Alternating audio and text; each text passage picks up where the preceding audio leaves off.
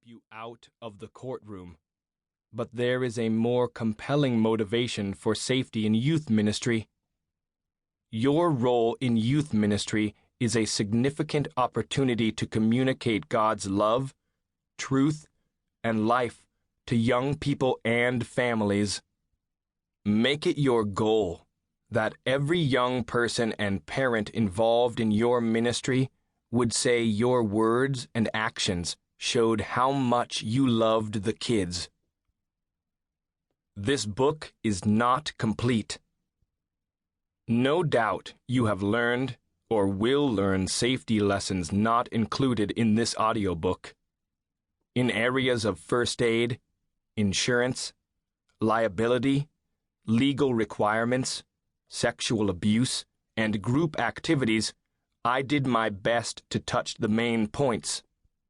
But I encourage you to keep learning in each of these areas. Safety and liability in youth ministry are growing concerns in our society. Churches and religious youth organizations are being held to a new level of accountability. Chapter 1. This shouldn't have happened.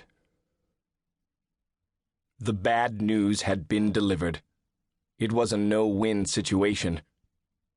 Larry, a 28-year-old youth pastor, stood in the doorway, halfway between the church van full of teenagers and the desk in the canoe outfitter's shop. In all the planning for this trip, he had never even considered this problem. He stared at the swollen river, just 150 feet away across the parking lot. How was he supposed to know this was the weekend the water was released into the river from the reservoir? What was he going to do? Run the river, or drive this van home? The owner of the outfitter's shop had explained that only experienced canoeists had any business being on the river today. But Larry and the kids had driven 3 hours, hauling a rack of 6 canoes for this special one-day outing. The van was rocking side to side with the pent-up energy of teenagers psyched for a wild day running the river. Larry felt the pressure building. 5 minutes later, Larry pulled the van and trailer into a parking lot a mile down the road from the outfitter's shop. He asked his crew of teenagers how many of them had canoeing experience. Only the hand of his volunteer leader went up to join his. With a look of resignation and a slight laugh, Larry shouted, "What are we waiting for?" Within minutes of hitting the river, almost every canoe had capsized. Everyone was soaked and shivering in the frigid, fast-moving current.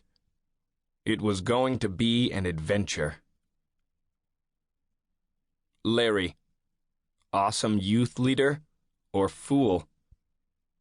Several months later, the youth group was still retelling the stories of how they ran the river. Most memorable and laughable was Patty, being so wet and cold she turned blue and couldn't breathe. She was shivering so much she didn't have enough strength to get out of the water and back into the canoe. It wasn't until later that night at home that she was able to get warm.